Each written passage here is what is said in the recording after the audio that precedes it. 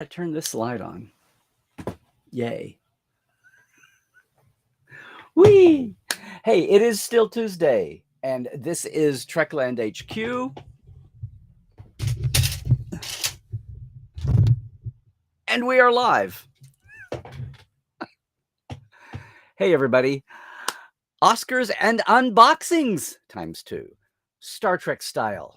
Today on episode 299, of Trekland Tuesdays Live with me, Dr. Trek, Larry Nemechek, coming at you right here from the heart of Trekland through Portal 47 for the big picture, clarity, and sanity in all things Star Trek. Seems like we're leaning back into that sanity business again a little bit, but we'll get to that. Hey, yes, it really is Tuesday. I really am here. Thanks so much to everybody who's with us from around the world. Coming back for another Tuesday with you. It's rainy here. It's hope everything is well where you are. The world is moving along. And you know what? If this is your first Tuesday with us, thank you so much for finding your way here. I don't know how you did. Maybe you can share it with us. But sure, share in the chat. Everybody's from all over the place. We've got a good group. The TTLers are awesome. So say hi, introduce yourself, let us know where you're from. And if you want to lurk a while, that's totally fine. If you've been a perennial lurker, that's fine too. Just to know that when you're in the chat, you're going to see everything if you're on Twitch and YouTube. You're only going to see Facebook comments if you're on Facebook, okay? And some of our folks tie down 3 accounts just so they don't miss a thing and talk to the folks in all 3. Hey, it is so wonderful to see you back here. Picard is rolling right along. They mentioned something there too. I'll try not to use the F word when I do. Oh my God, 1 F-bomb a year and the world melts down. I don't understand it, especially when there's such an interesting story behind it that's been shared, I think, on Collider, a writer, and some thought-provoking thoughts from Terry Matalas himself. But I will probably save all that for a second opinion, aside from what everybody wants to talk about today. What's top of mind here, yes, what the title says, those Oscars from Sunday night, and also I have not 1, but 2 unboxings this week, so yay. So let's dive right into it. Yeah, I'm so glad you're here with us live. I will get to the chat in a minute. I'm going to talk about my talk here. Then we'll take a short break. We'll have some actual Parrot Analytics TV ratings here, actually involving Star Trek. And but a very short break, then those, and then I will dive headlong into the chat. So don't get discouraged. If you've got your really cool question and you want to save it for a little bit later, we'll get to everything. If you want to plan it later than sooner, then that's fine. If you want to repeat it later, that's cool too. But no, let's jump in. And I'm going to say hi to everybody. We will see you in a second. But those Oscars, and I know the world is, oh, you know what I didn't do? Let me see can I do this on the fly? Can I do this on the fly? I think I can. I think I can. What's got the world melted down is, of course, the Oscars. And of course, the headline, not just for Trek World, but I think for a lot of the mainstream world, is Michelle Yeoh. First Asian American to win a Best Actress category. Kind of amazing. Let me see about how this is going to work here. Are we, there we go.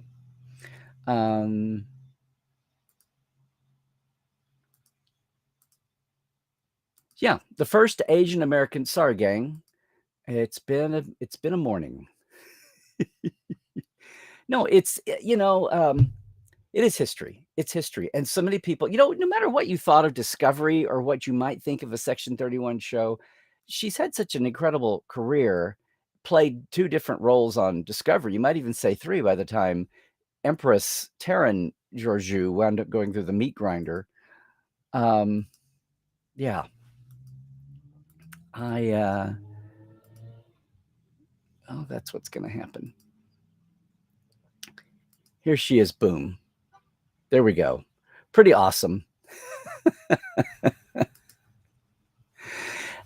It's something to see. It's something to see. It's great to see some people like Crouching Dragon, Hidden Tiger. I mean, everything up and down the line. Of course, Crazy Rich Asians. Did I say that right? It was awesome, and that stole a lot of the attention or spotlight rightly so.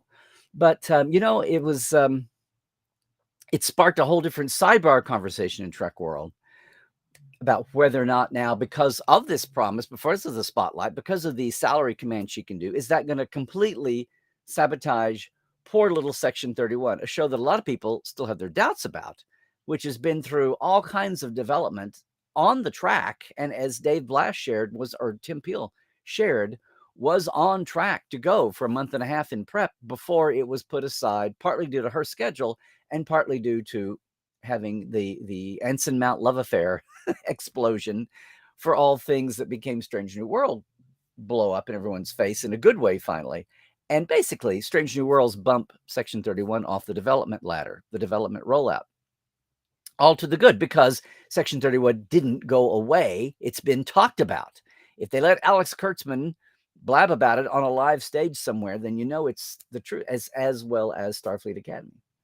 And we have hints and good nods that that's what's going on. In the middle of all this, Discovery being throttled at 5 seasons and the streaming industry at large, and I did a special live comment on this if you didn't see it. I've talked about it here week to week, but I did a special on our YouTube channel just about this and all the repercussions, not just for Discovery, but for the whole Trek streaming franchise right now. And you've got 2 shows on the delivery stand here. They're in the bullpen waiting to come up. And what might or might not happen with a Captain Shaw and a 7 show, or a Raffi and a Worf, or whatever might happen. Is it going to be third? Is it going to bump again? Is Section 31 going to be put to the side? And a lot of people have their doubts about that. Ooh, a bleak, dark show. But I still say a Section 31 show could wind up being it could be a Man from Uncle Wild Wild West kind of I know. But it could be that tone. I don't mean the crappy for one of them. Movie iterations 20 years later. I mean, the original spirit could be, yeah, it's a special ops, but maybe more special ops than black ops. Anyway, whatever it is, and it's obviously been teed up at least through a couple of generations. The crew that was working on it 2 years ago and the crew that are working on it now, supposedly in development. People can write scripts without a show being greenlit. All you're out is the effort you put into it and maybe a little development money. But all of that said, thinking that her winning of the Oscar is going to blow all those plans up, no matter what's happening in the big picture. Or maybe it throttles it down, and maybe her asking price is going to be too much for a throttled back budget in a modern streaming world. It's all out there. It's all there. I think as big a factor as salary is going to be her schedule.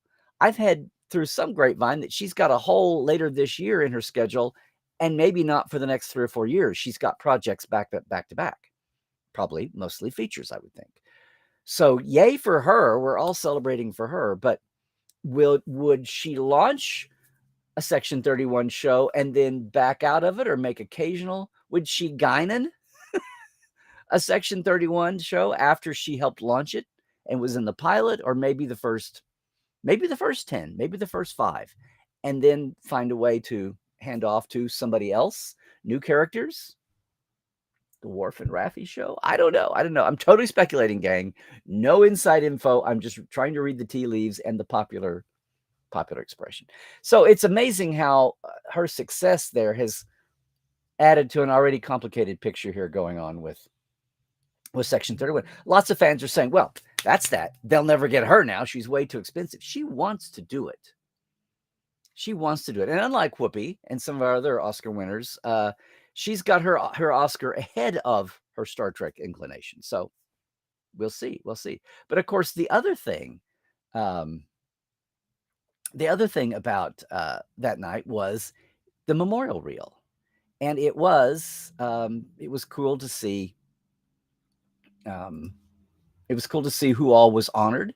If you caught them all, of course, obviously our queen, Nichelle Nichols, was honored. Louise Fletcher passed. Kirstie Alley, of course, passed. But I said this online. I was very tickled to see it.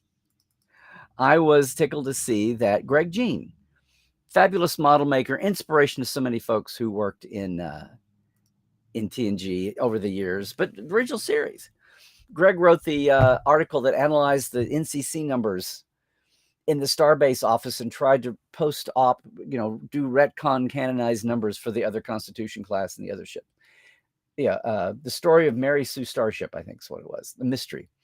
But way beyond that, I know Greg built the Enterprise C model that was using. He was like a lot of the industry then who would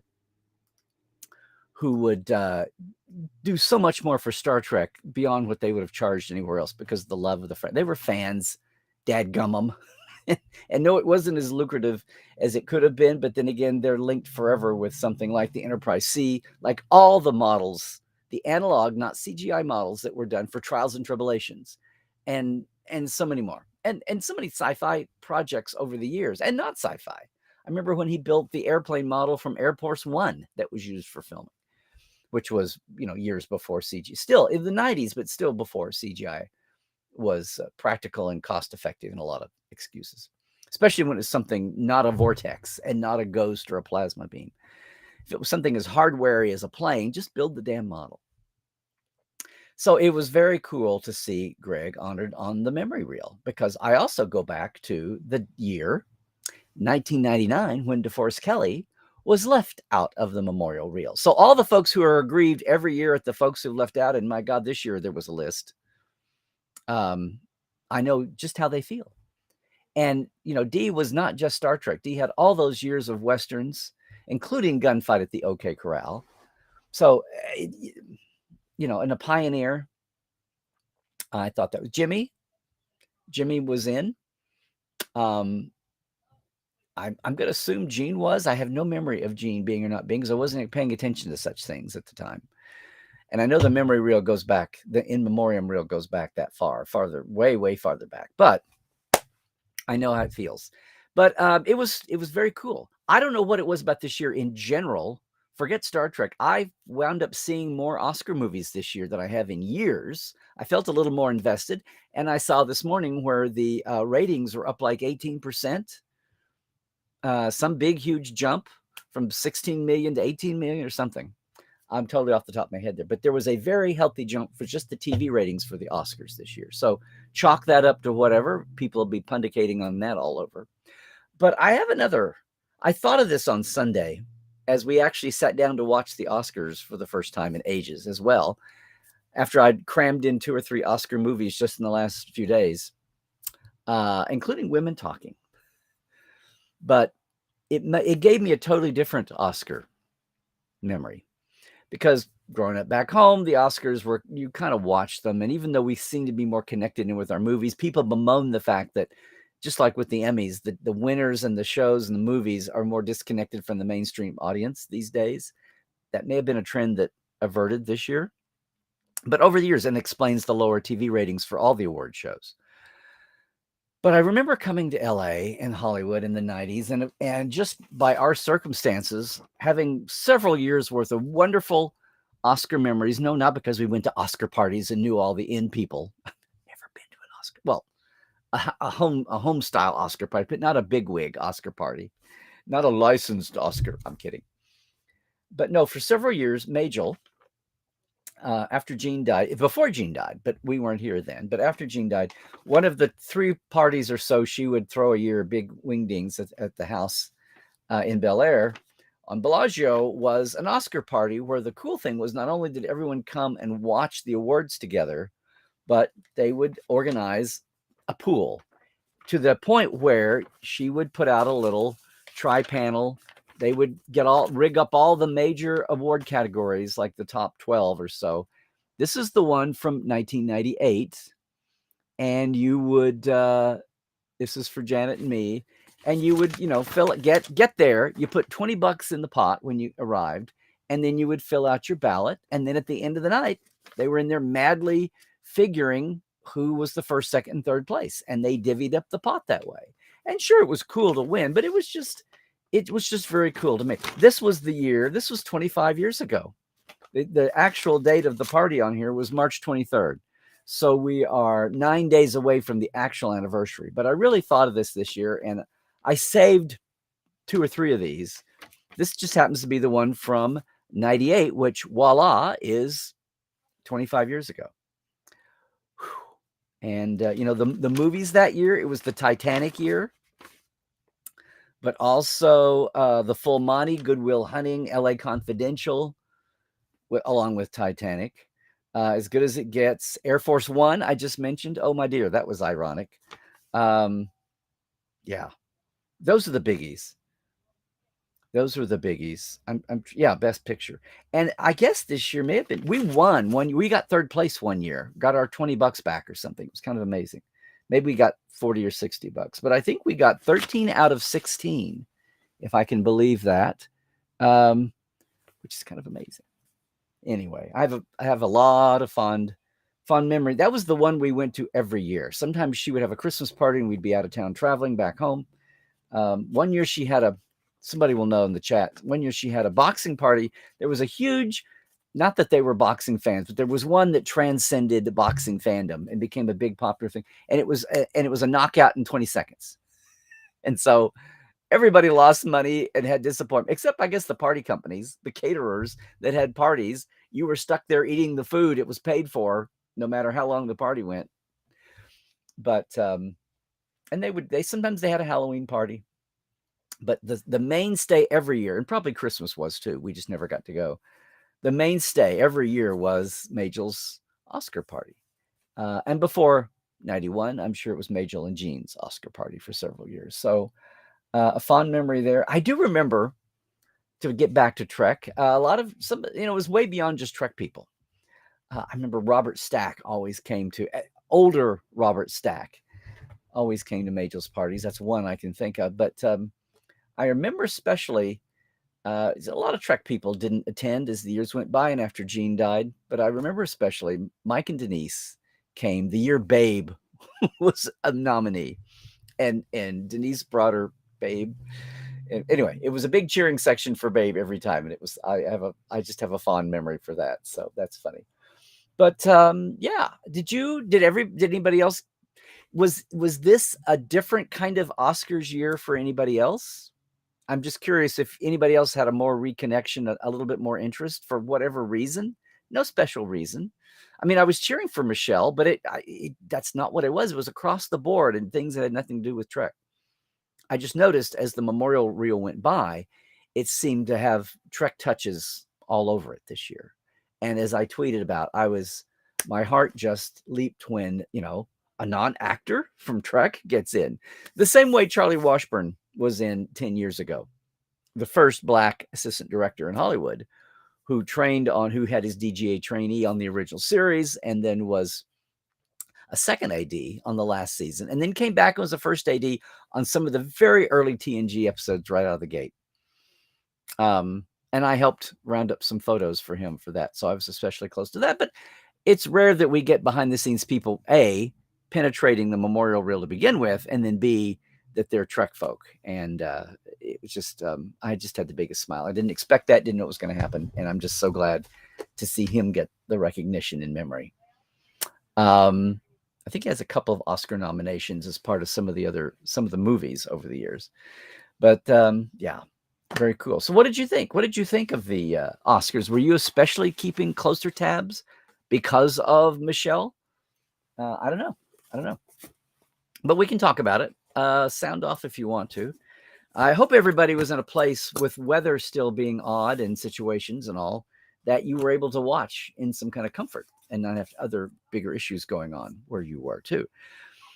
Well, that was a special little Oscar comment. I thought we could round up some thoughts there. But also, it's just happened that, funny enough, yes, we've got a double unboxing this week. A double unboxing. Look at this. I'm just going to jump into it. One of them I'm going to say is a little overdue. One of them with the eddies and currents. There we go. Of Trek and merchandise and the world over here. Let's see. I know you'd think it was going to be another stuffed Murph or something, but one that was overlooked at the time, and that's why I'm really pleased to announce this. Actually, you could have got this in early January 3rd, but I wanted to make sure and point out that as we unbox, boom, was indeed the DVD Blu-ray for Prodigy's Season 1. And of course, you've got all the special features. 75 minutes here of exclusive bonus material. It's half hours, but it's a 10 episode first season. So you've got a full 10 hours here of material. You got 75 minutes there, hour and 15 minutes of bonus material. Oh, and there's character cards in it as well. So if you've got a young one, whether or not her name is Alice or not, a lot of folks are sharing Prodigy with the kids. You've got cards. Of course, my advice to you is get them in plastic and don't touch them. Unless you have a real household where, of course, the kid is going to get the cards and play with them. But, you know, you might shepherd them to take a little care.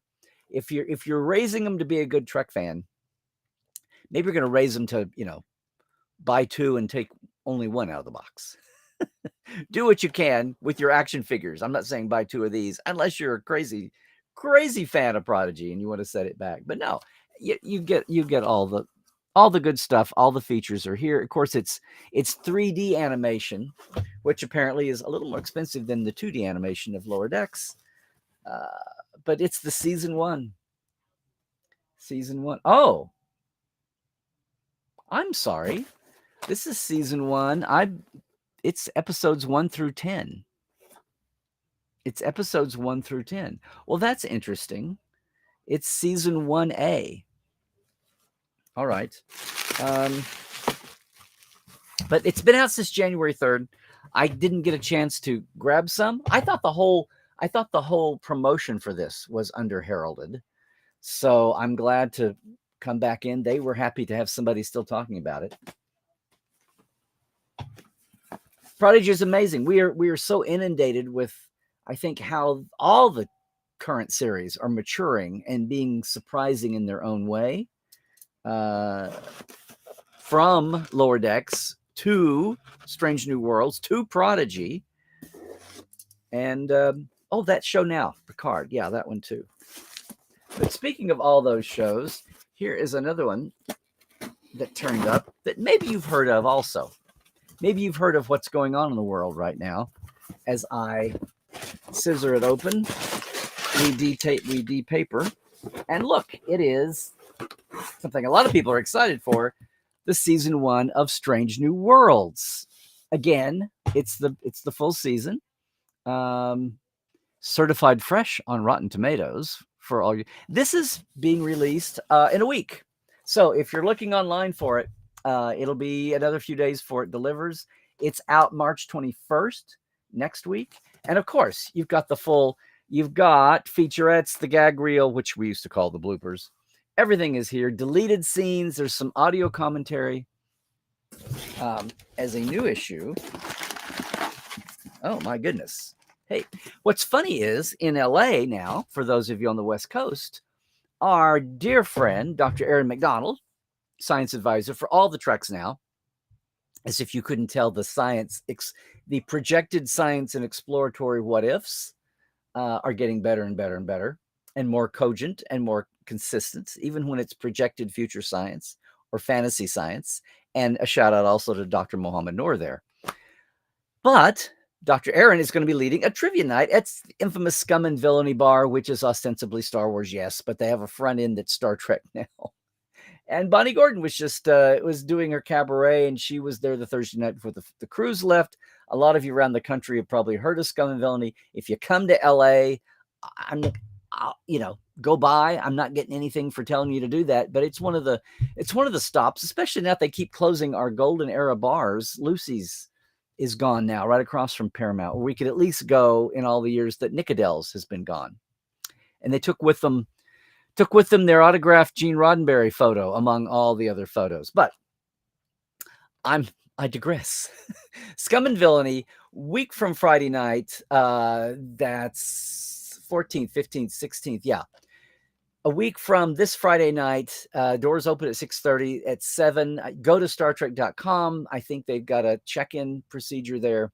But trivia with prizes. And I bet I know what some of the prizes are going to be locally. So, yay, folks, if you're in the LA area or you can make it there a week from Friday, there you go. But wherever you are, Strange New Worlds Season 1 is out. Speaking of shows that surprise folks, I think the expectation level for Strange New was surpassed, even as people were excited to see Anson take the chair. see Ethan Peck continue with Spock, and the wariness about all these characters, and even now some people, the way they're weaving the new with the old, but you can't deny the spirit of the thing. Anson's a winning lead. I think the world was overwhelmingly in favor, not as always signing away the right to do a critique here and there, but my God, any series that brings back Cybok, brings him back, or just finally gives him his due, well, we'll see in season 2. But yeah, two, count them, 2. This one you may have missed in January. Yay, Prodigy. The first 10 episodes and bonus features and animation bonus features. And then Strange New Worlds that I know a lot of folks have been looking forward to for physical media. Well, I think that's going to do it. I resist, corralling a lot of topics in disparate, but I think the Oscars deserve to mention. I want to do the unboxings and share all that news and info with you too. And we'll see what everybody's got to say. Meanwhile, if you are watching us later on YouTube, thanks for doing that. And you know what? You could join us live maybe someday at 1 Pacific, 4 Eastern, and even normally 9 UK time, 10 Central Europe. Join us if you can, especially you guys in Europe could be live with us. Whatever you are, wherever you are around the globe, though, thanks for joining us, and take a gander at that. Take a gander at the rest of the channel here, okay? Because one thing I'm always grateful for is our Patreon and our Patreoners and our TTLers by any other name.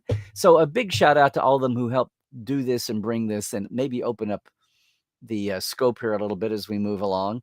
I've got some special news to tell you too.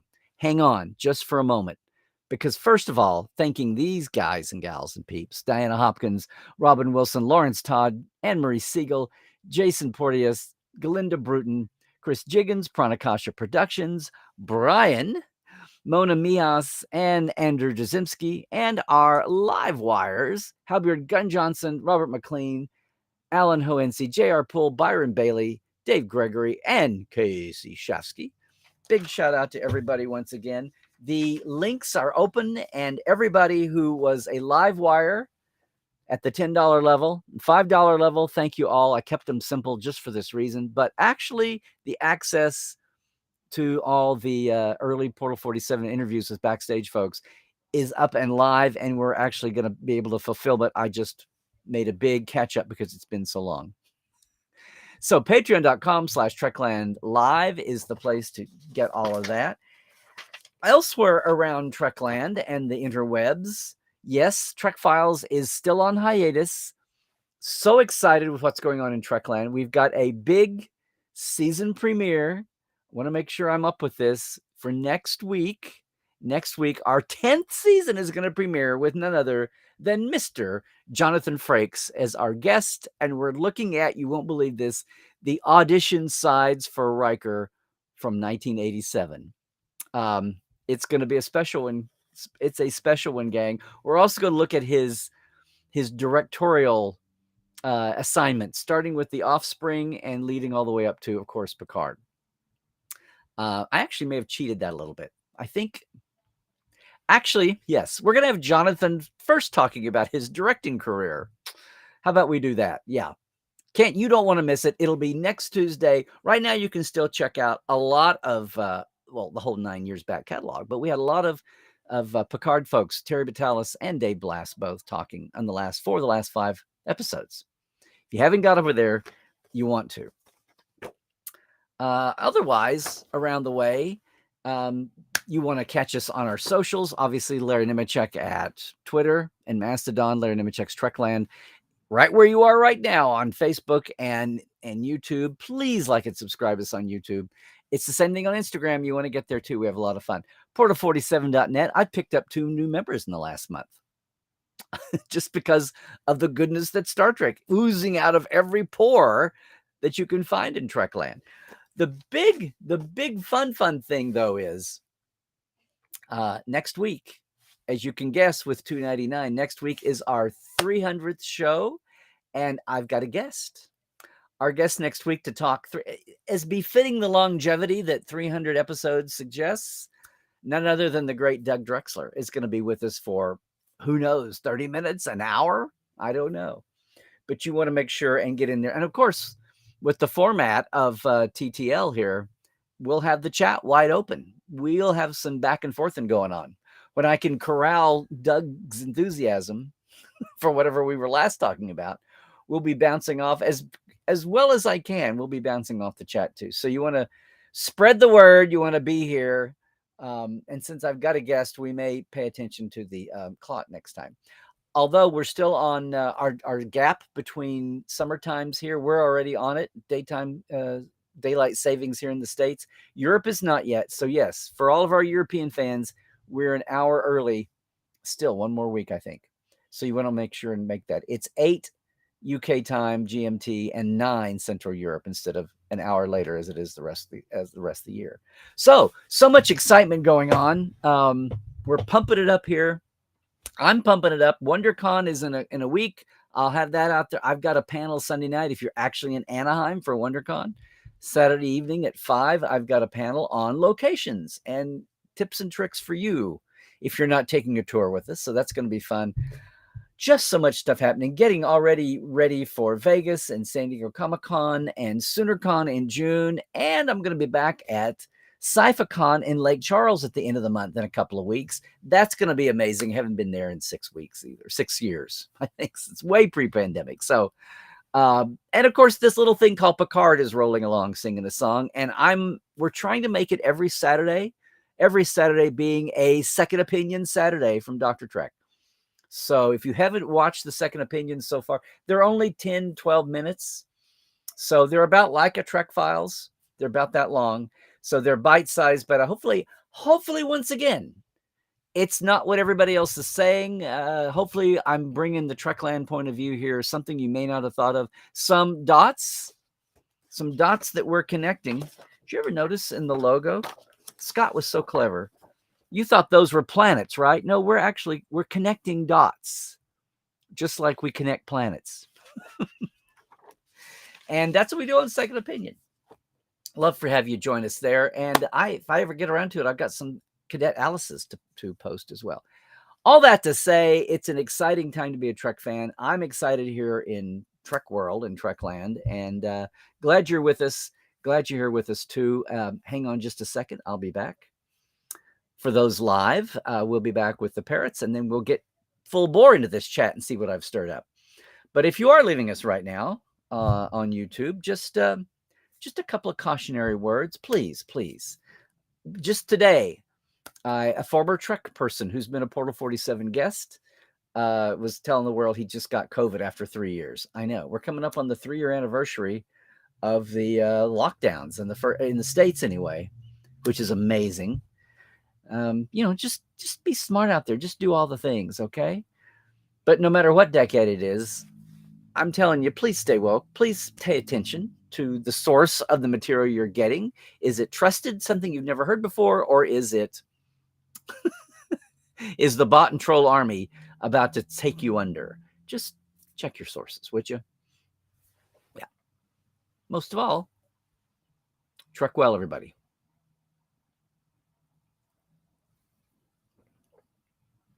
Aha. Okay. The parrots, I think their business model, the Parrot Analytics, this company, probably 10 years old now, came out of New Zealand. They're trying to get a measurement tool for all the digital world that took over from the terrestrial broadcasters. The Nielsen's used to be good enough because they needed something to set ad rates and measure relative popularity. They shared it with the public. The digital networks came along and said, oh, no, none of that. Knowledge is power. Secrets even more so.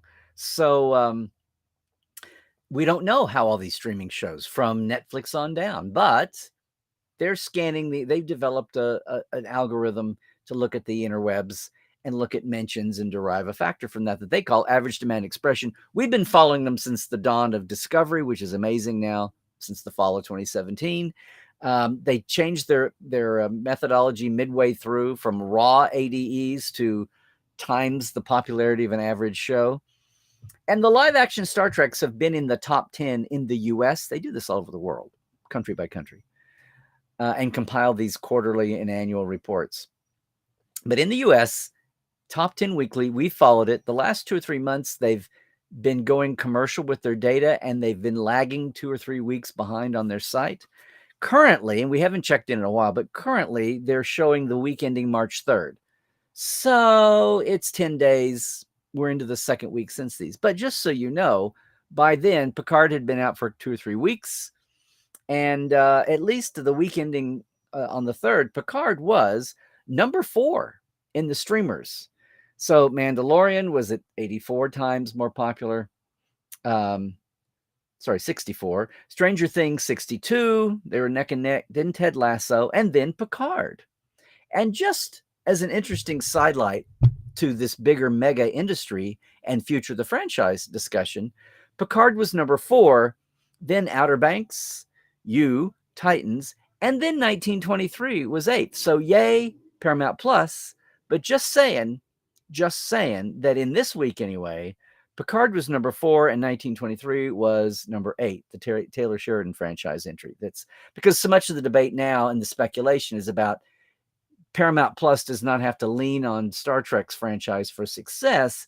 Does that lessen the glow for the Trek entries in favor of the Taylor Sheridans or even Tulsa King or some of the other entries that they're doing? They're building. So yay on Paramount Plus for having continued streaming success and having hits.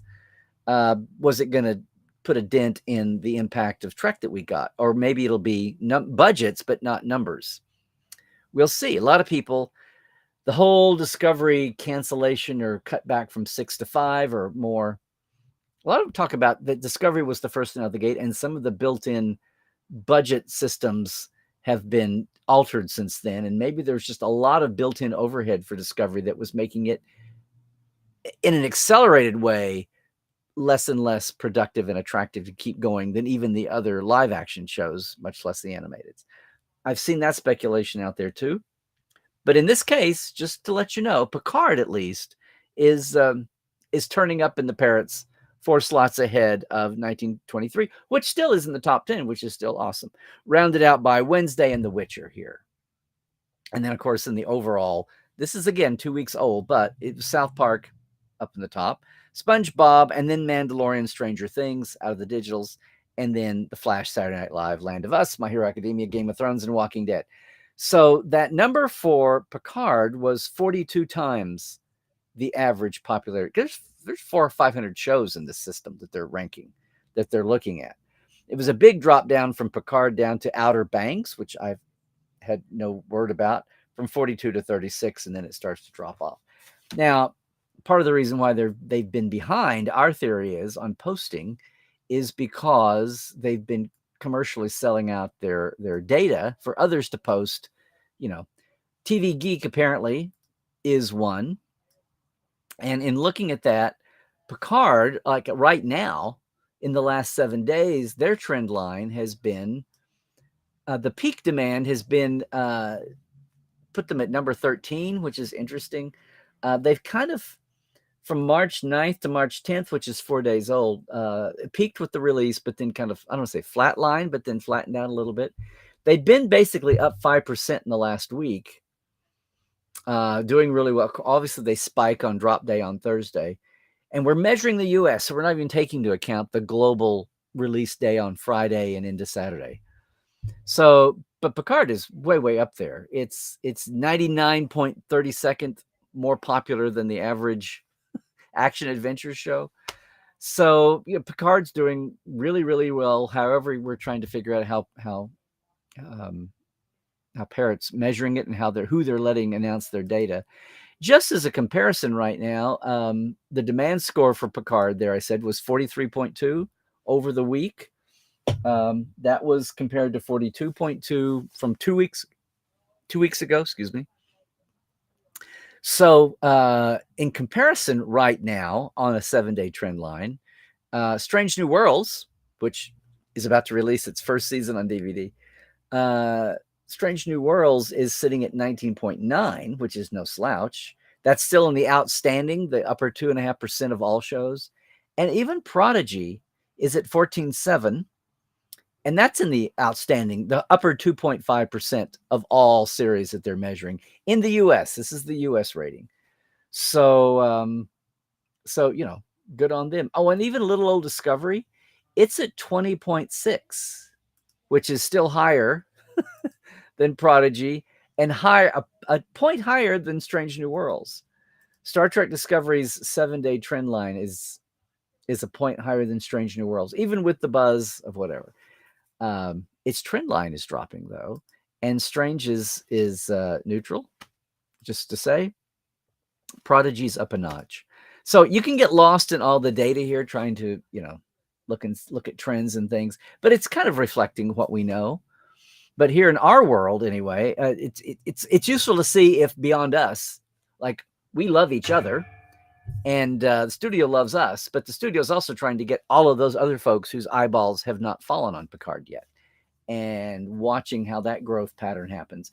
They basically want to replicate season 4 of Next Generation, when everything just exploded. Best of both worlds, the legendary summer. It was the talk of the town, the water cooler, when we still had water cooler conversations. When everything blew up, they would just love to replicate that, because it really hasn't happened that way, I don't think, since, for any Star Trek entry of any time, any place. And I'm not talking about all the attraction, all the eyeballs that a pilot gets, people that sample it and then the count drops off. That's pretty normal. But for something to take off and then keep spiking, I think we've seen that somewhat with Strange New and somewhat with Picard this season. If they're winning back all the folks who gave up on Picard at the beginning, the way I've sampled on my mail list in the past. Anyway, let's check the chat. It's time for a chat check.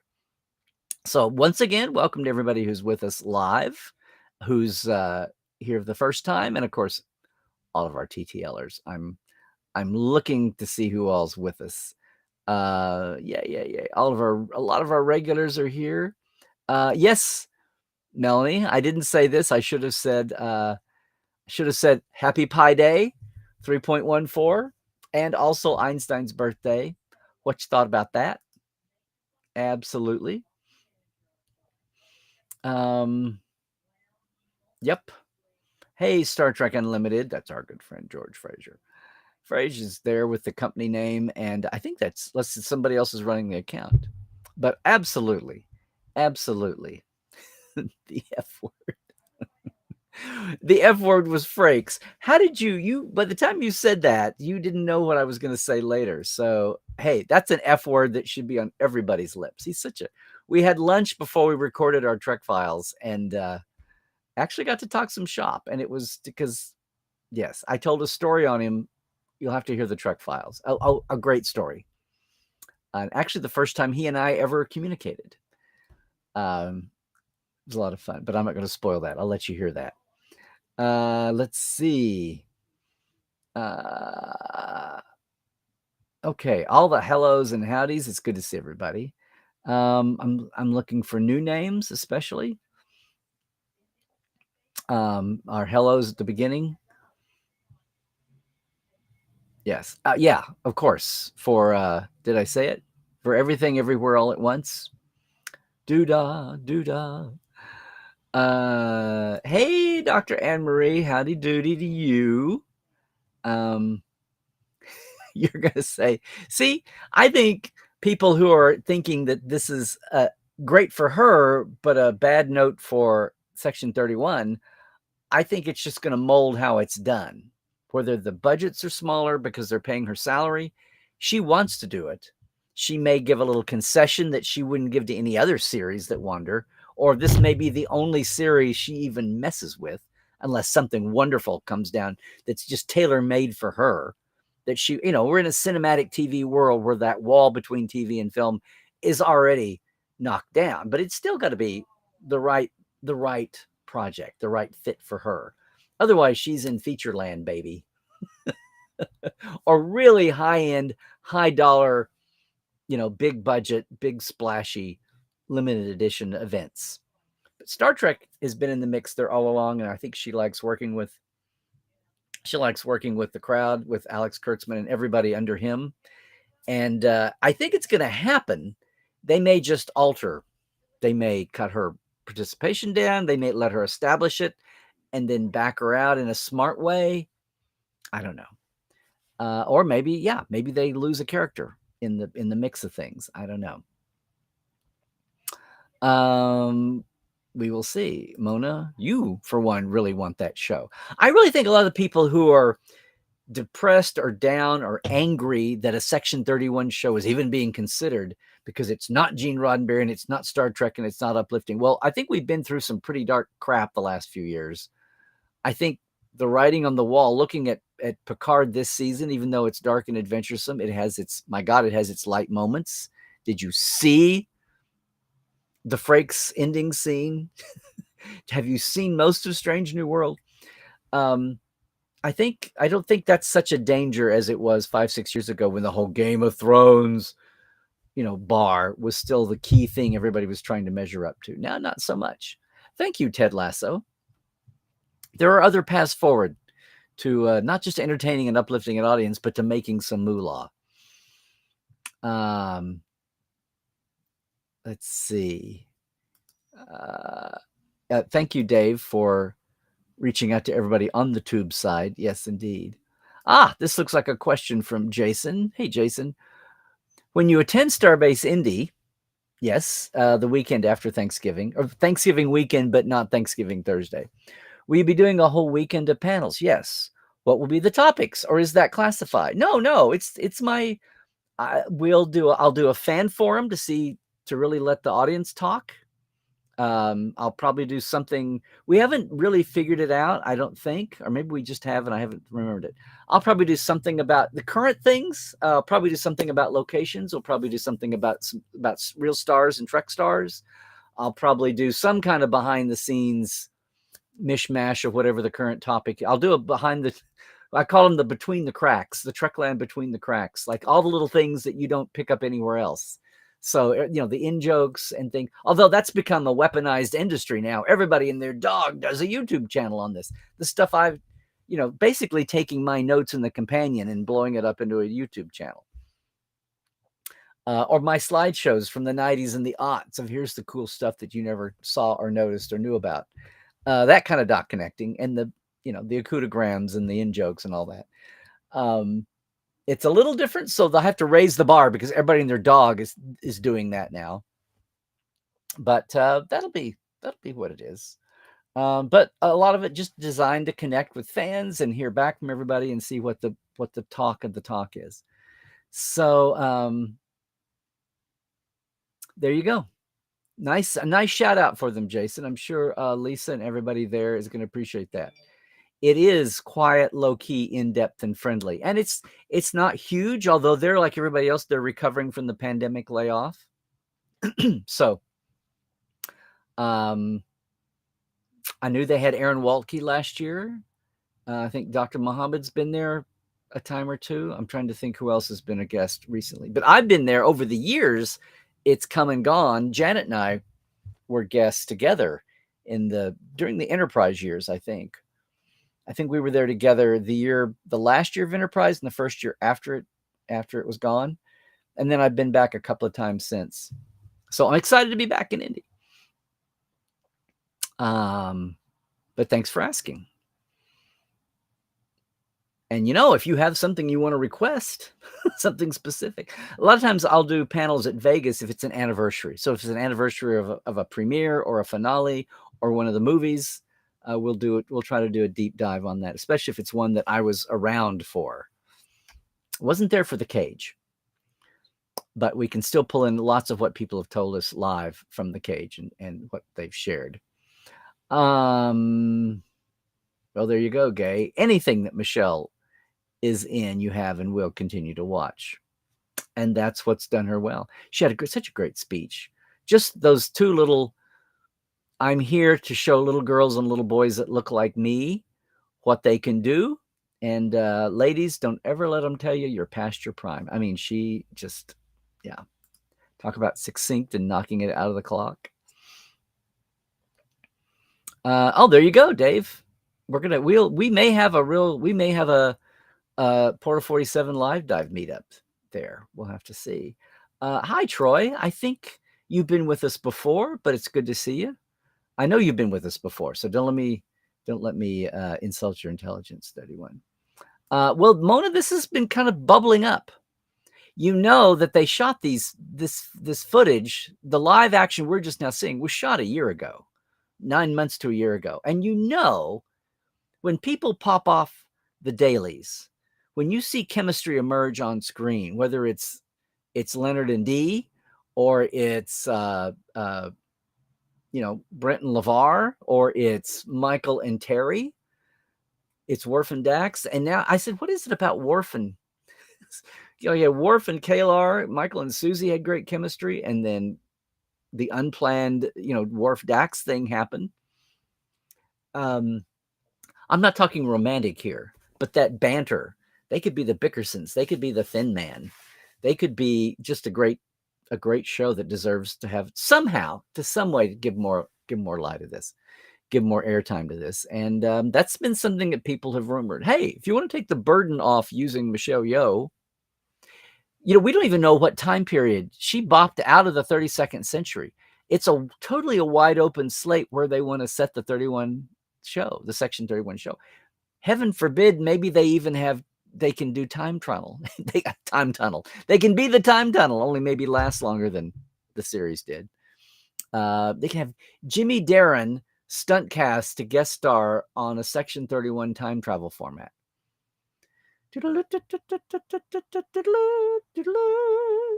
See, this is what I'm saying. That level of whimsy mixed in with the adventure and the daring do and the obvious villains, the obvious adversaries, if we want to be in a modern take on it.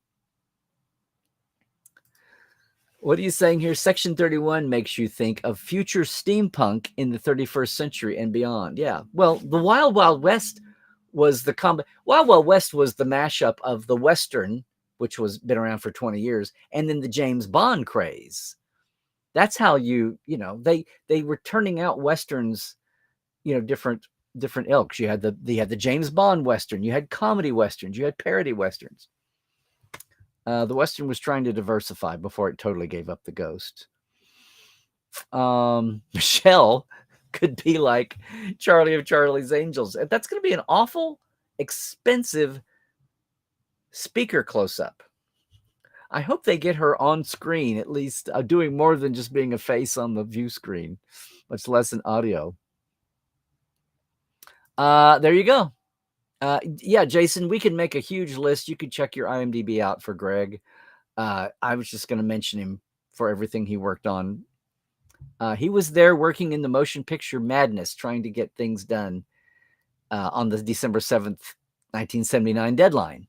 He was there in the trenches working on the Enterprise D up at ILM for the Next Generation pilot.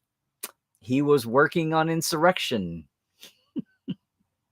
working on pieces and models that the CGI modelers could model from.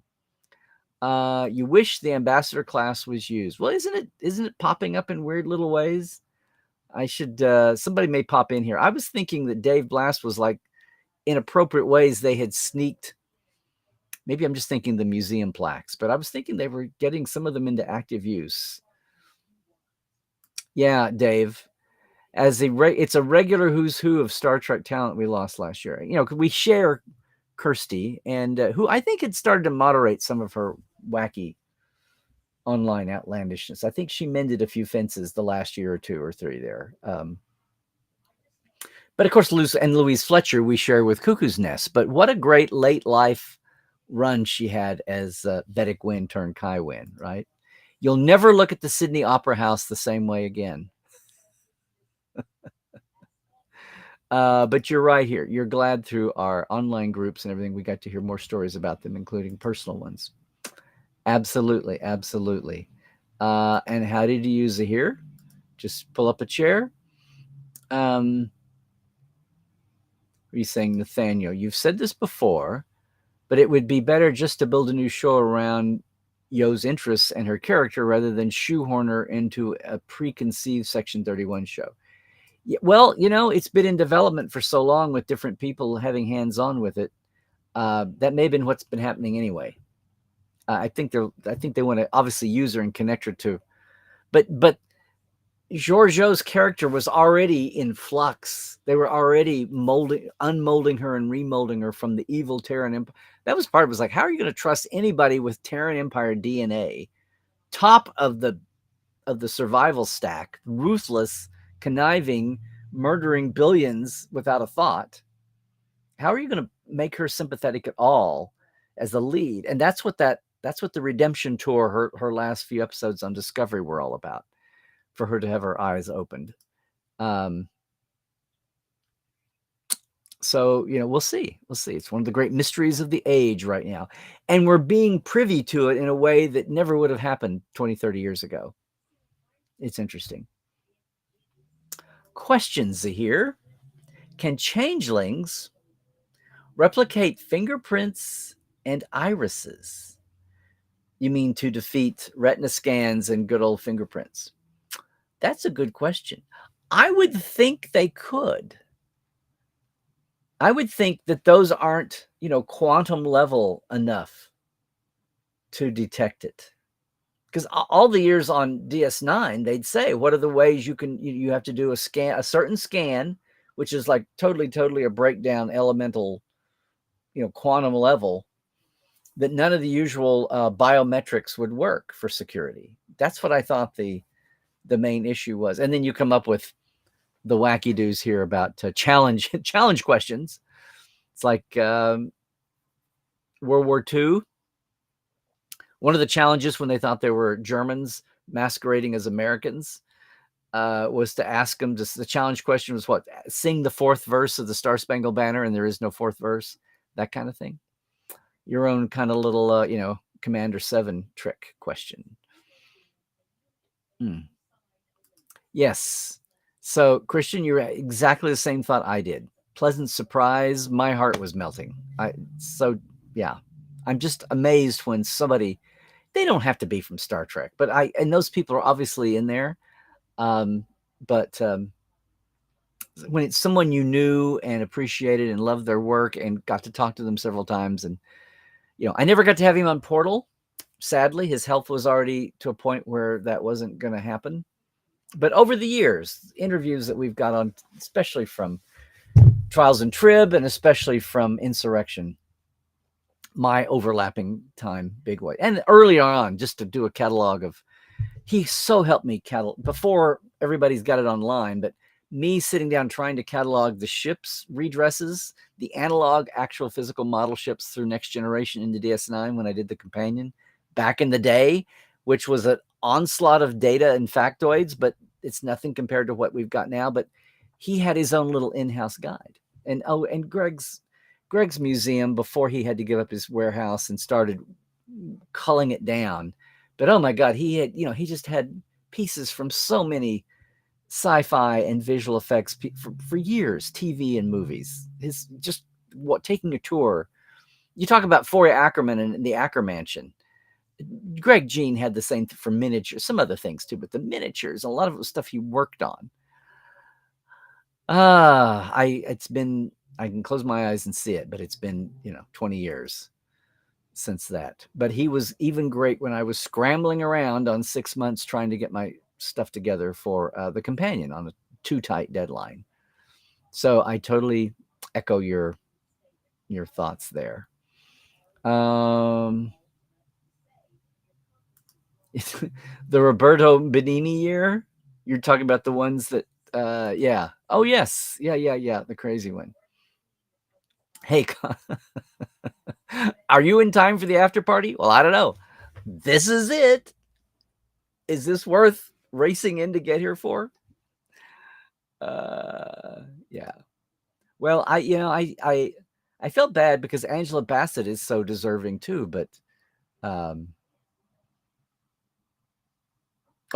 thinking yeah. I'm crossing my categories. There's there were lots of good deserving. There were the dark horses and there were the favorites. But wow. Anytime someone starts off with "as we get older," Jason, I want to stop and say, but your point, it's important to recognize not just the number of years gone by, but the number of things we have achieved. Very true. Very true. Which I know is hard because then some years in awards like the Oscars or the Emmys, You have somebody who's had a career and come close and been nominated, and then you have somebody else who was so amazing, and it comes down to not about the work, but then people get into their heads and they're like, well, how many more times are we going to have to recognize this person and all their, it turns into a career recognition rather than the project of the moment. And you look at Hot Stuff over here, who had an amazing performance project that, writing, directing, whatever it was. And you think, well, now, you know what? You're going to have several more years to be nominated. Like, you're obviously going to be around a while. And while that's true, and I don't know how we handle it otherwise humanly, just the way the calendar works out, but I always feel bad for the person who is like, it's not their fault that they come up right when retiring person has the last chance, huge effort that everybody wants to record there's always those lifetime achievement Oscars, which a lot of people, like Bob Hope, that kind, would kind of go, well, thank you, it's an honor, but they would have rather actually won it the legit way. Well, sometimes even the legit Oscars, and I don't mean that the Lifetime Achievement Awards aren't, but sometimes those awards are even, it's obvious that there was I just always remember them talking about, I don't remember this, but Liz Taylor getting an Oscar for Butterfield 8. It was sympathy over all of the machinations she'd been, anyway. It was a different time, a different, but still some of it is. Boxing Squared, is it Boxing Day? No, Carl, it was Unboxing Day. There you go. There you go. Nobody got slapped at the Oscars this year because hopefully nobody said anything stupid and insensitive. Yes, and if they did, they were able to hold on to it to at least get off stage and get in front of a microphone if they wanted to sound off about it in the appropriate way, short of physical violence on live TV or whatever. Love and unboxing. Yeah. Yeah, I fixed it. Yeah, I fixed it. That box is only part 1. Sorry about that, gang, but I did correct myself. Sorry. Glenn, the only award show you watch is the Lappies. Well, Anne Marie's here. I'm sure she's glad to hear that. And Brendan Fraser and Ki Kwan, and having his moment with Harrison on stage, and just who couldn't love all those? This was just a feel good story year, up and down the line. Oh, sorry about that, Adam, but at least you got here and you made it. There you go. I have to see The Whale. I did not see it. I'm going to try to do that. Aaron Walke was talking on Sunday about how he had only just seen Everywhere, Everything, All at Once. And that was me too. I didn't chime in on his thread. Certified fresh. You betcha. USDA. Let's see. More special features. There you go. Oh, you want to get them in their original German. You can skip the Klingon versions, huh? Okay.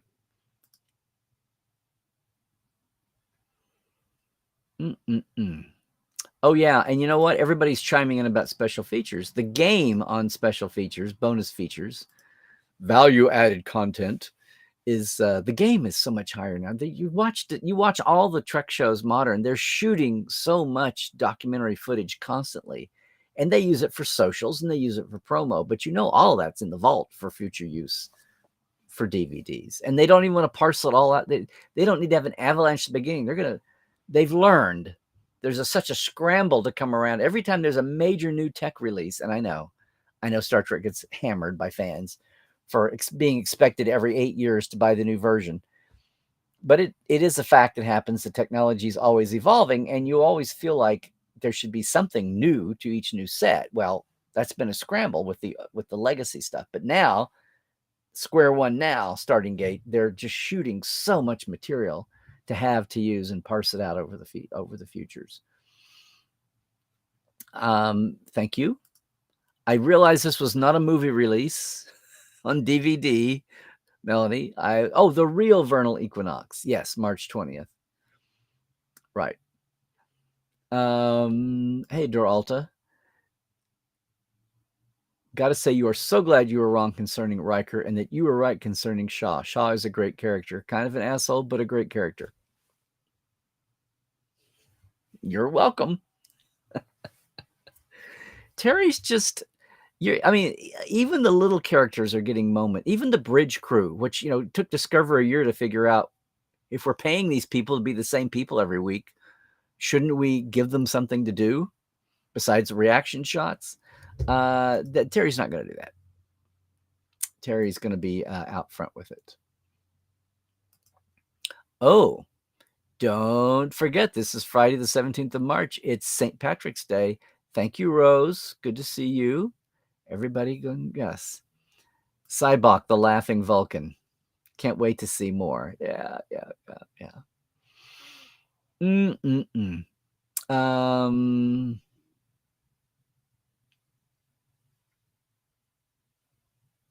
Thank you, Christoph, for this little update here. The German-speaking aliens, the GSAs, can pre-order Strange New Worlds Season 1 to be released May 25th, the day before FedCon. But no Prodigy Season 1 yet, except as an import that cannot be delivered to your location. See, gang, this is why I love having the Global Trek fan with us, because it's not, the whole world is not the American situation, or even Canada. So you've got Strange coming out on the 25th. So 4 days later, is that English language, or is it's got all its languages? It's whatever. It's fundamentally the same exact issue, but no Prodigy Season 1 yet, which is crazy because you've got it on Nickelodeon now. Okay.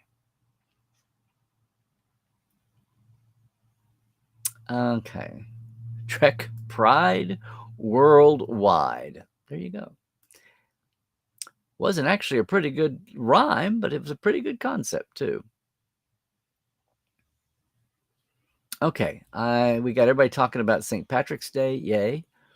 Oh, Matt, you long for Vasquez Rocks. You spent an hour there a couple of weeks ago filming. You were throwing rocks at Vasquez Rocks. What do you do?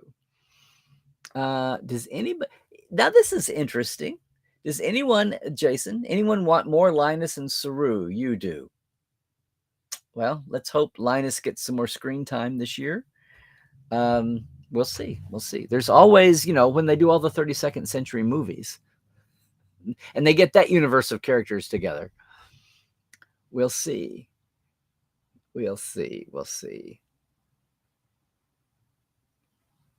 Yes. Happy birthday to Casey, by the way.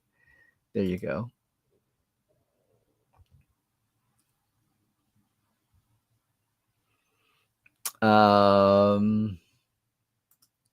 Oh, ye of little faith, Jason. You were skeptical at a Worf series, but now after seeing him again, you want more Worf. You just want more of all of them. You just want more. And you haven't even seen Geordi yet. Oh, Vasquez Rocks Withdrawal Syndrome, VRWS. There you go. Now, what now? Hi, on Facebook only? No, you're on YouTube. Oh, okay. When a Trek DVD officially hits your market, it has German audio. Probably the reason we can't get Short Treks except as a UK import. It could be. That could be. Let's see. I'm gonna let them.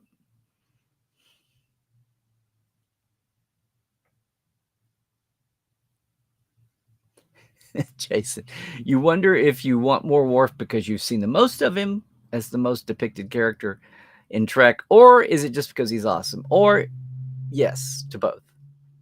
Why choose? Why endure this false choice?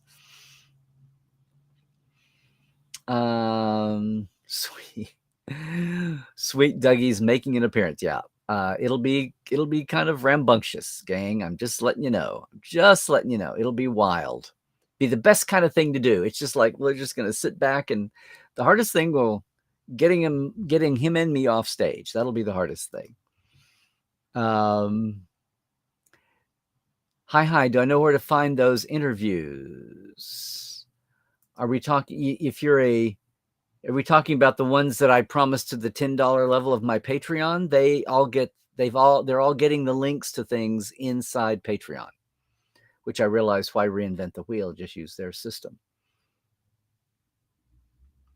Let's see. Hey, Carl. Hope I'm not too affected by the time change. The first few days are the worst. The first Sunday, I had to get up and go out to Will Rogers for doing tours.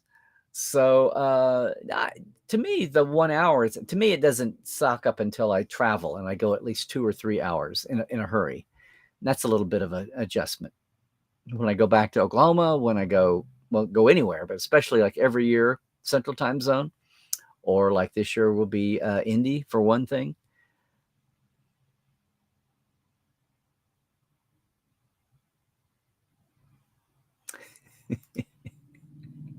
I love you too, Christoph. Yeah. Today was a challenge. I'll just say that. Nothing bad, just home stuff. Mm-hmm. Oh, yeah. Hey, Justin, this weekend is Planet Comic-Con in Kansas City. I would be all in favor of that, Justin. Of course, you've got Kevin and Dayton, right? Their usual mainstays there. That's kind of hometown for them since Planet Comic-Con is risen. But I wouldn't mind coming. If, as Will said one time, if you don't, better not invite me if you don't want me, because I'll be there. Very good.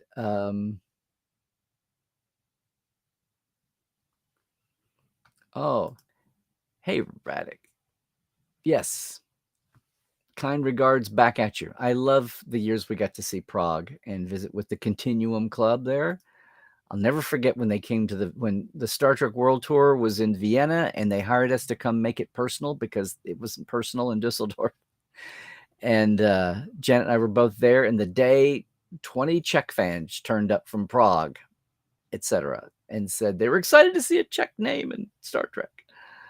That was an awesome day. I'll never forget it. I know I've got the pictures, and we wound up going to Prague the next year. Absolutely. So many. You think so, Jason? So many older TNG casual viewers have no idea the cast is in the new season 3 of Picard. That's kind of mind-boggling, isn't it? We have numbers, we have data, we have a feeling on this. I wonder, maybe I should start putting it out on my like normal Facebook, but that's what Twitter's for also. God. This is the dawning of the age of discovery. Age of discovery. Yeah.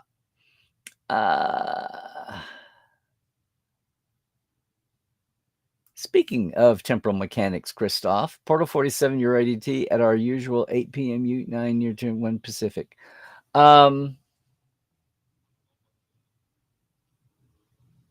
Yes.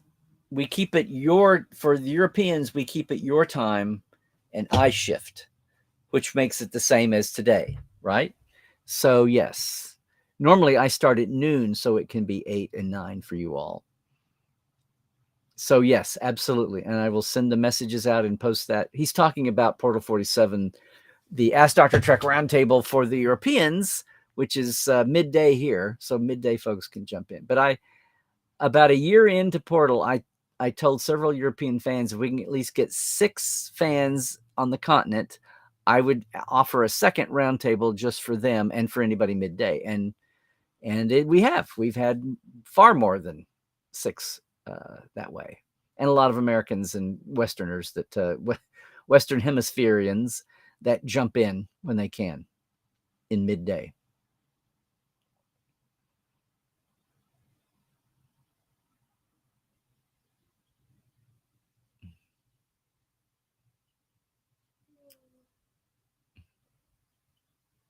Yep. So thank you, Christoph and Adam, for hashing that out for everybody there. Melanie, what is this? 2 or 3 years ago, you got a Nielsen's AC Nielsen company, right? Letter with a $1 bill and a simple TV viewing card to fill out and return, and they sent me back a $5 bill.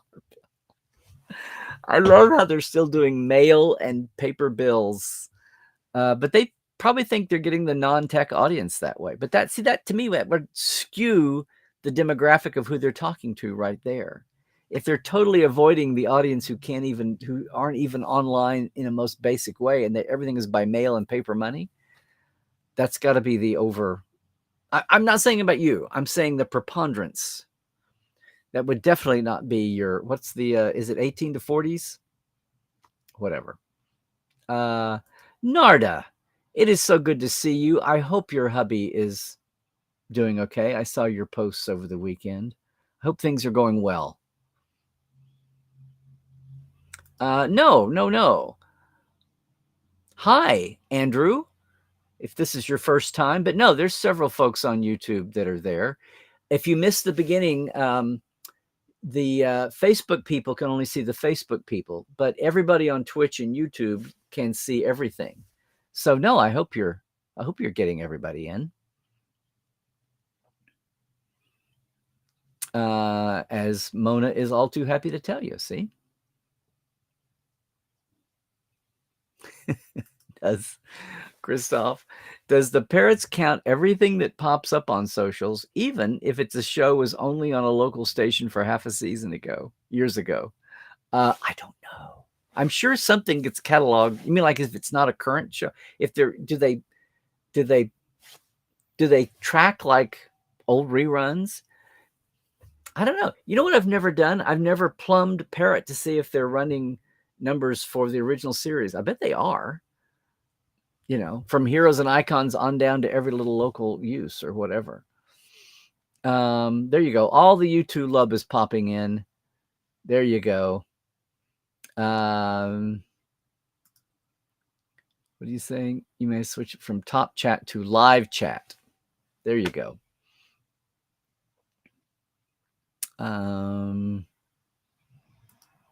Okay, Mona, you went to see the Wrath of Khan and hear Shatner ramble on. You wore the hashtag shirt behind you. Oh, people look. Well, thank you, Mona. You wore the hashtag stack T-shirt, and nobody said anything. Cool. Okay. See, so next time what you have to do is you have to walk up to people, stand in line, look around, and every once in a while say, I got a Dr. Dre hashtag stack shirt. Hashtag stack shirt. Hashtag. You have to start the initiate the conversation.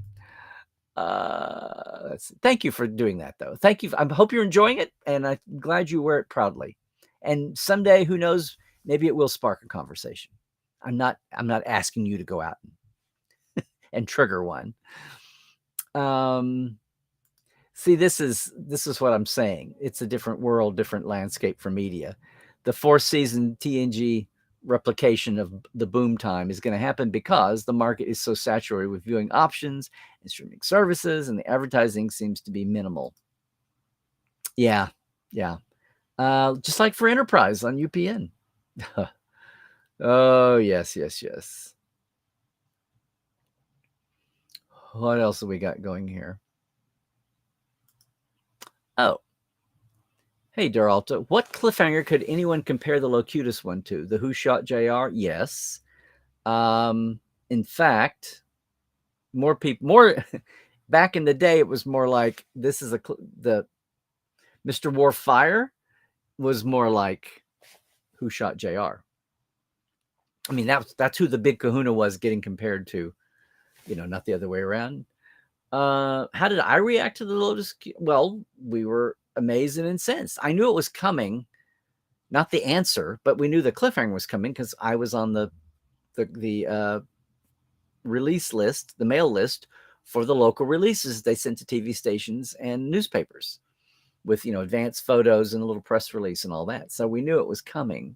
They were a little coy about it, but they knew it was coming. And then, of course, the rumor mill from Entertainment Tonight on down was all about, is Patrick Stewart leaving the show? Are they writing him out? And there was a little thought to that. There was as much or more about Michael.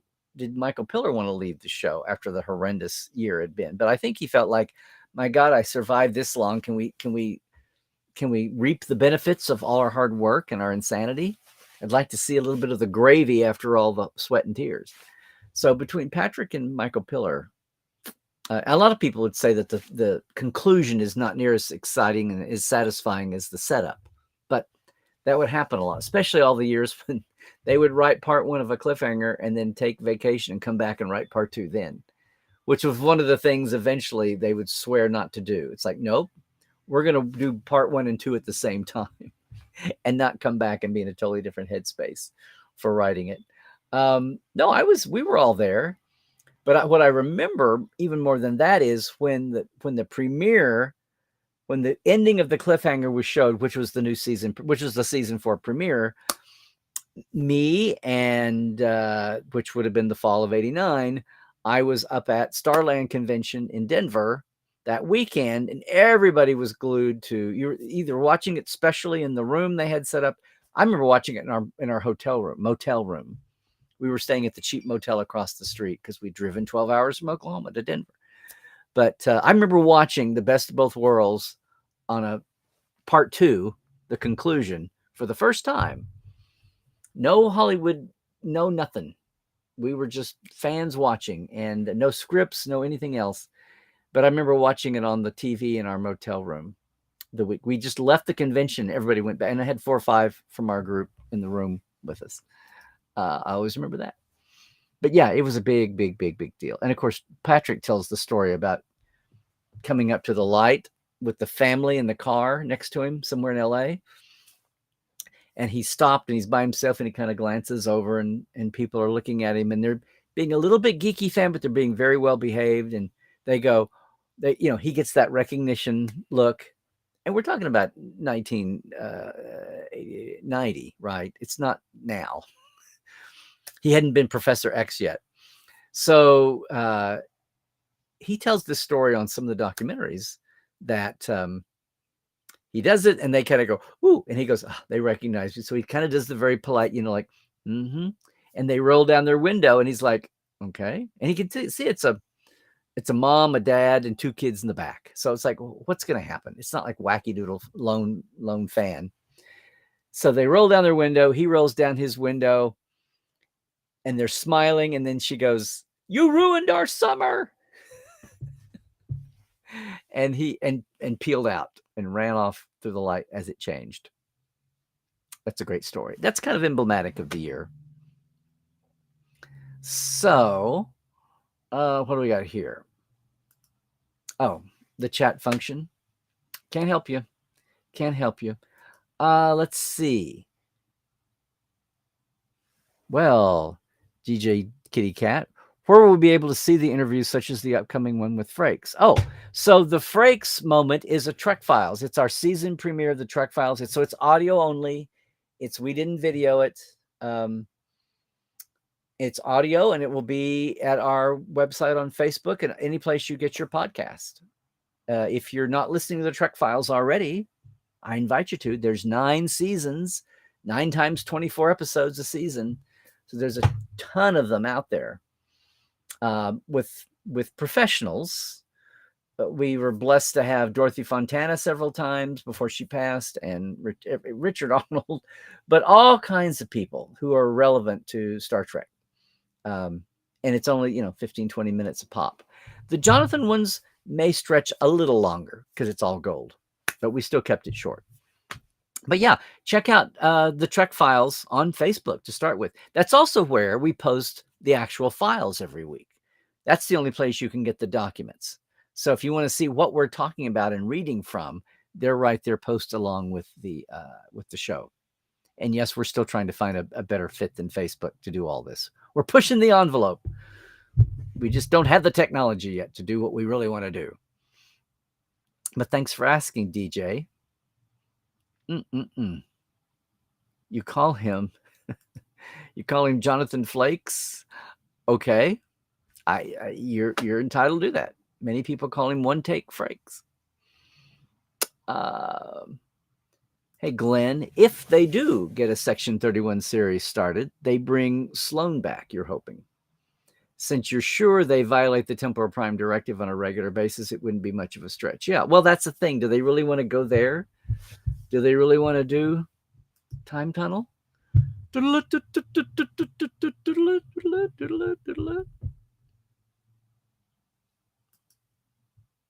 They should have Pierce Brosnan in it. Well, see, that's the kind of thing they might do. They might play on those kind of things and bring in a Tomorrow Never Dies joke.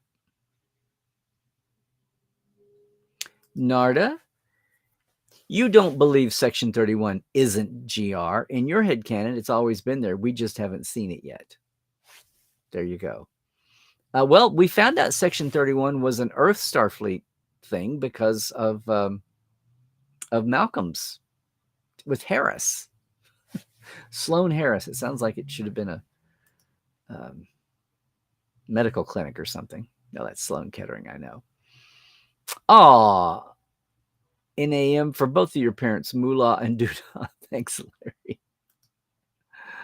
Larry.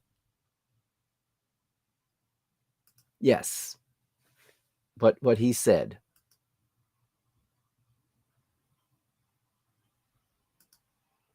Okay, Mona, so you're there. Well, talk to them. We'll certainly see you. They may have somebody already in mind. I don't know. We'll see. But talk to your locals.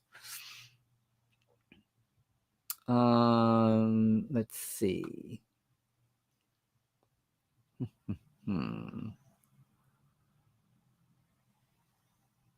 Yeah. They had those really detailed 2-week viewing logs in the old days. This time it was just a card with a few basic questions about favorite shows, genres, and channels. Well, it's not a 3-channel universe anymore. So why you can't be precise about temporal physics. We watch our media now like the prophets. It's not linear. Yeah. Oh, that would be a good tagline. Watch media, the prophets, the old-fashioned way. Yeah.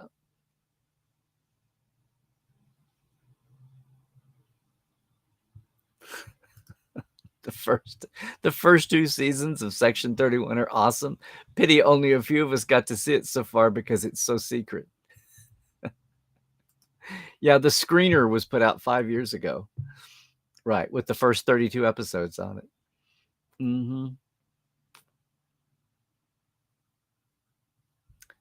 Thank you, Christoph. This totally tells it. It's an audio podcast, yes. We do have, and since we've been doing so much on Zoom, we have snapshots of the Zoomer. I did get a selfie with Jonathan for our promo, but we kept it simple. Der Alta, I don't think you're alone. Don't think you're alone. An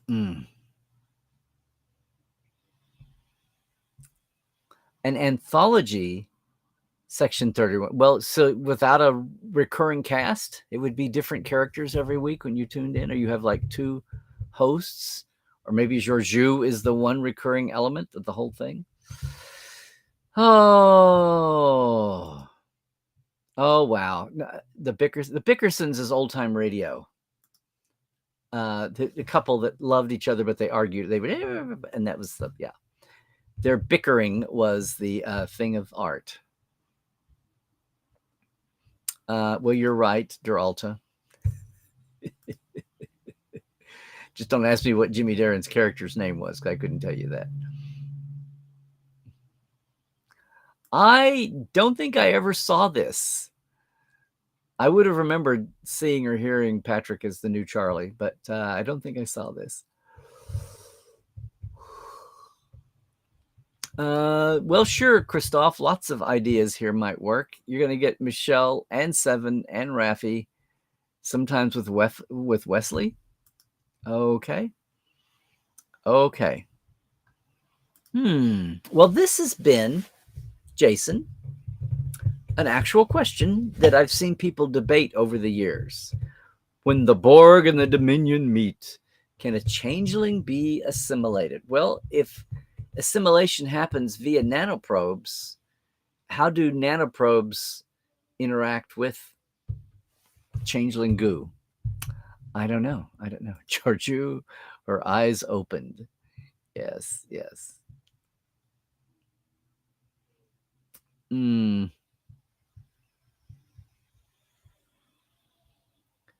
Who has the best gams in Hollywood? Great screener question, Tom Paris style.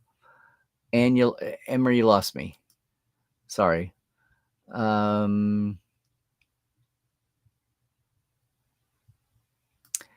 did the changeling on Picard duplicate a human so accurately? Odo couldn't quite duplicate a perfect human face. How did the founders develop this skill in Picard's time? That sounds like a question. Remember, well, now I'm trying to remember if this is, I'm blurring together. So maybe I shouldn't say anything. It might be too spoilery. But something happened. The entire Dominion didn't come after the Federation, right? Either this is an early pre-invasion tiny assault force. Maybe it's some kind of a special ops force that's infiltrating Starfleet, or maybe it's just a faction of the greater changelings, because it's been 20 something years, 25 years since the Dominion War ended. So that's plenty of time for things to percolate. I was going to say, though, it's plenty of time for whatever changelings are bent on doing this. It's been plenty of time for them to get to up their game on mimicry. Don't you think? Oh, thank you, Narda, for the warning. It's off topic.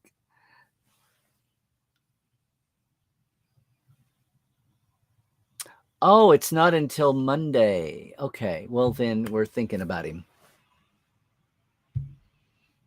The Big Smoke? Okay. Oh, yeah. You go for it. McCoy is just what D. Kelly is just what the doctor ordered. All the time. Every time.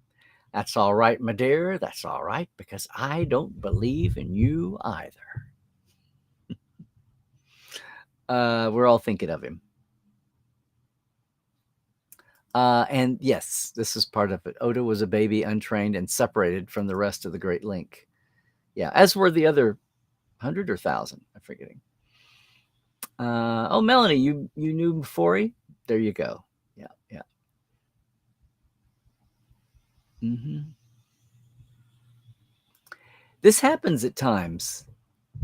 Yeah. One of those years where all the nominees could have been a winner in another year. Yeah, exactly. Moo, is this your first time with us? If not, either way, it's good to see you and nice to have you. Glad you found your way here. Okay. Everybody's all up into the 2019 Charlie's Angels things. Okay. Hello, David. Glad you could make it too as well.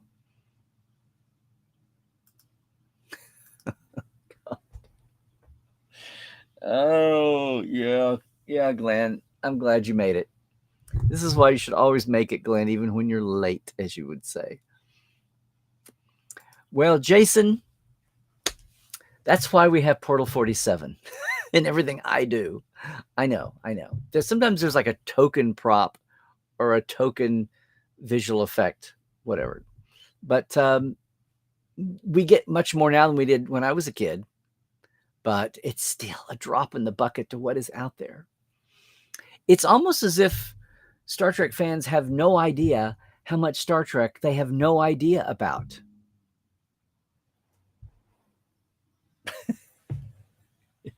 Or here.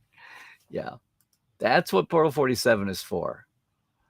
But I agree. I totally agree. They're the ones where it all starts. They're the ones that set the tone and drive it. And it's a pecking order, obviously. The lower rung writers don't have the power that they do on top. And many times in history, I wish they'd had. Some things would have been a little different, maybe. Aha, Zahir. A question from Zahir. In any new Trek, are we going to see one-on-one interactions with bridge crew members that made TNG so cool? You mean like the little people? Well,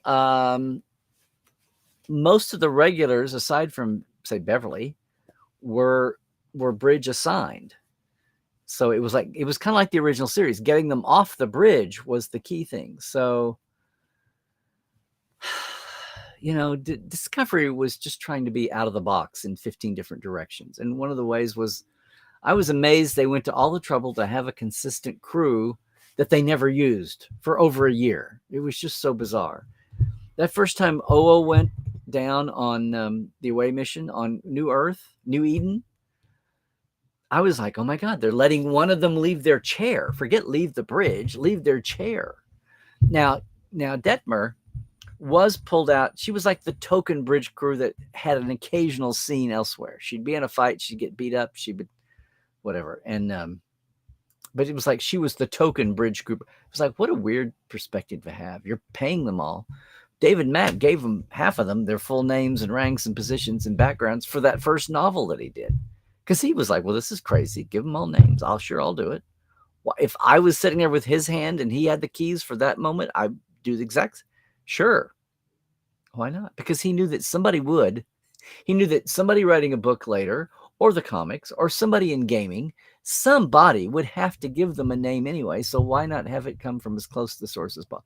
If the TV people are going to be too, I hate to say stupid, if the TV people are going to be too negligent not to get it, that people are going to need this 80 years from now, and they had the chance to make it. So somebody else, they're going to leave it to somebody else to get off my rant. I don't know why you work for a franchise film feature series and not get those things, especially these days. But there we go.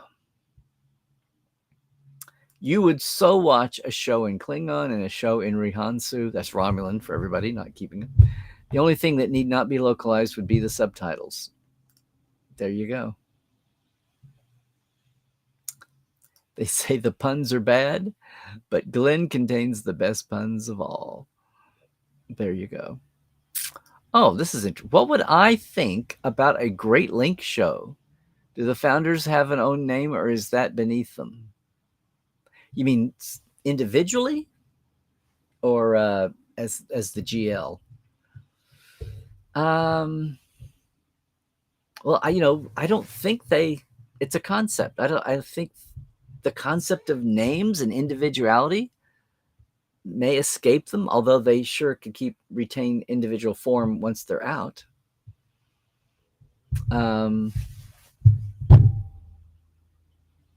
Some kind of a nomenclature designation. If there a lot of them are separated and they're dealing with each other in separation, but usually they're just together in the big mob. The names feel like, just like with Borg nomenclature, it feels like it's more for the convenience of the people they're dealing with than it is for themselves.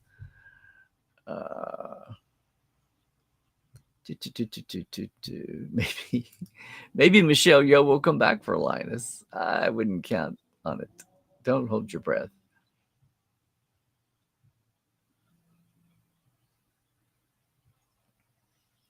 Well, this would be too easy, Glenn, if Linus found a girlfriend named Lucy. Although, of course, Linus and Lucy were brother-sister. Linus really needs to find a girlfriend named Sally if you want to, do an absolute parallelism there.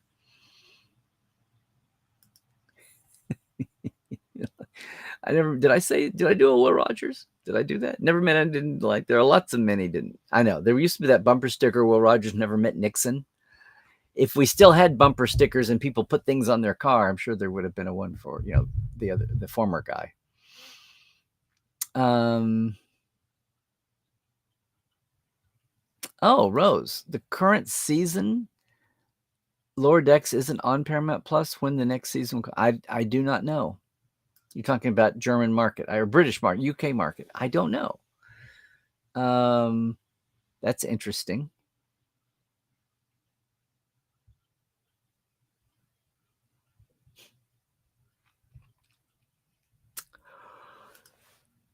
There you go, Rose. Lower Decks coming to Paramount Plus in the UK, Europe, and globally when their next season will start.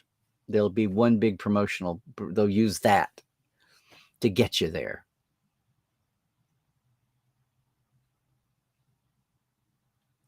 Does Parrot track the German? Is it digital streaming only? Of course, they do non-digitals too, but that's their bread and butter. I don't know why they wouldn't if it's German market and it's a legit show.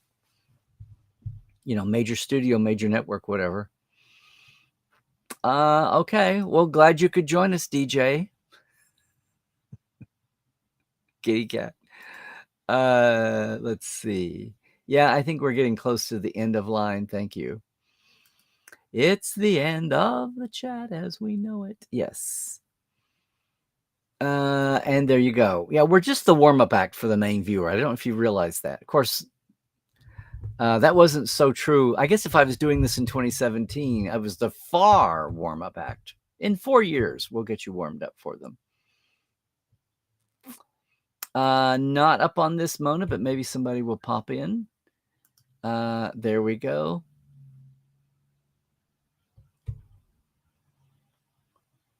Probably sounds right from a cruise, and seeing what happens with that. Yeah.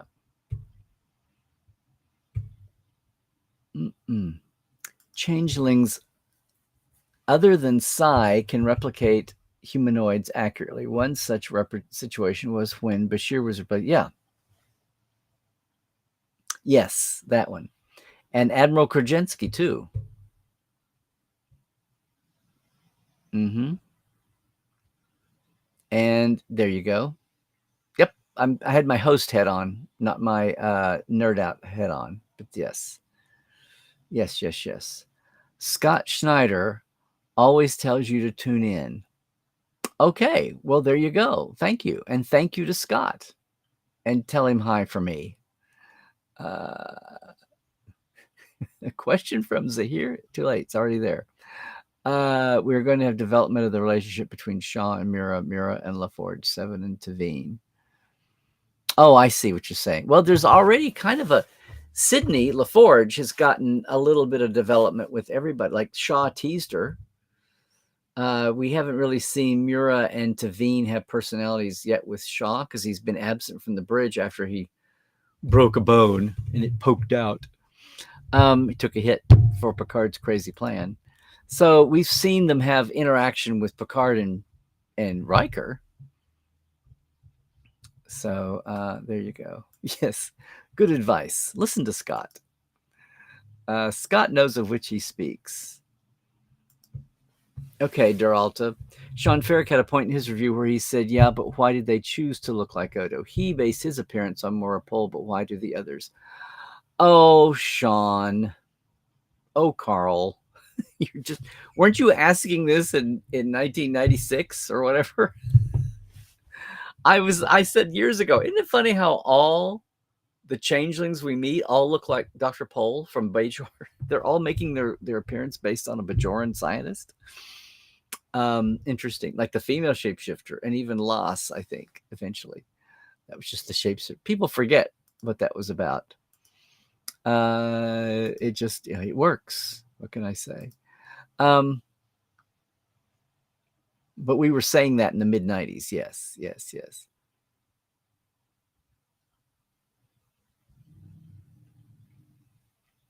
Okay.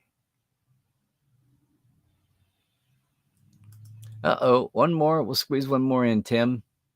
What do I think about all changelings now needing to carry buckets around with them everywhere that they go?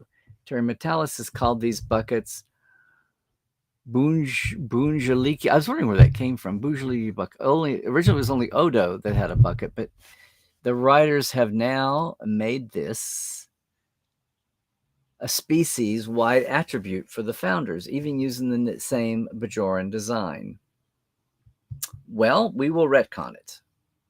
We will. I don't know. Maybe it's a nod to Odo coming back. See, I want to know more about the motivation of the changelings we're meeting right now. Like, what is up with them before I go assigning cultural, scientific significance to this and whether or not it's Odo's bucket and do we know it was a Bajoran design?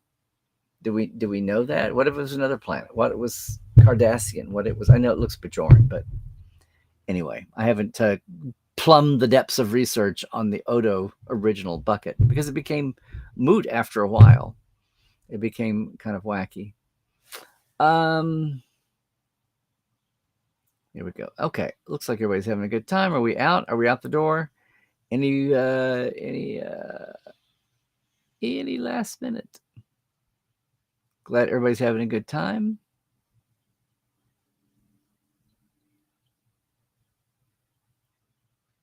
Yep, this was Very interesting. We never got back to some of these concepts, but then nobody's got back to the changelings period. It can be problematical as a dramatic, written thing. You have to have parameters. You have to be able to get your arms around. They have to have some vulnerabilities and flaws, or else they're just superheroes undefeatable, which doesn't bode well for your heroes, much less, future humanity.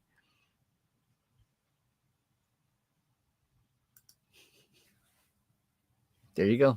Thank you, Glenn. And thank you all, everybody. I think that's going to wrap it up for our Tuesday today. So hope everybody is having an awesome Tuesday as well.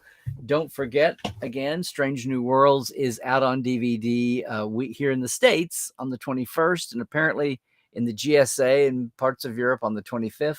All the bonus features, all the stuff is there.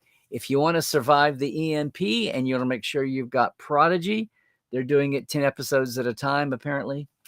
And yeah, interesting. Both of these are out now. Meanwhile, you want to be back with us next week. Going to have the great Doug Drexler in as a guest, and we'll just be bouncing off the walls. I'm sure I wouldn't dare try to limit us with a with the theme, but I'm sure we'll be talking current Picard. We'll talk Glory Legacy stuff. Doug's wild, crazy years, part of the New York Trek Mafia fandom, the official New York stuff happening with the poster books and Federation Trading Post Store and all that stuff, and the medical reference and all that fun stuff. So you want to make sure and be with us, and you want to make sure and join us again next Tuesday. We'll be back for season 10 of the Trek Files with the great Jonathan Frakes as our opening guest. That's going to be awesome. Everywhere I am, you can help me out here as we expand with our Patreon, our $5, $10 level. It's very simple. The new month just restarted, so they take it out once a month. Appreciate all the help you guys can help us with. We're going to be slowly expanding and making this a little bit more refined here as we do, and everything else we're doing with our Trekland channel. Thanks to all of our Patreons once again. And again, if anybody's having trouble accessing the links for the guest interviews on the upper level, please let me know. Otherwise, yay, please, happy to have you in my Twitter channel at Larry Nemechek, and also like and subscribe here on YouTube. Also, Facebook is still in there. And Instagram as well. Instagram, a lot of fun stuff we do there also. Little videos as well as the posts. Portal47.net, you are invited to come check it out anytime. It's the mini-con all year long. TeePublic store, we just had a sale last weekend. I think there'll be another one before the month is out. If you're wanting to get some Trekland swag from Cadet Alice to the hashtag stack, anything in between, we even still have Life Support Live things sitting there since it's on demand. Check it out at TeePublic. I'm sure there's a sale next weekend, I think. And what have I left out? I think we're all here.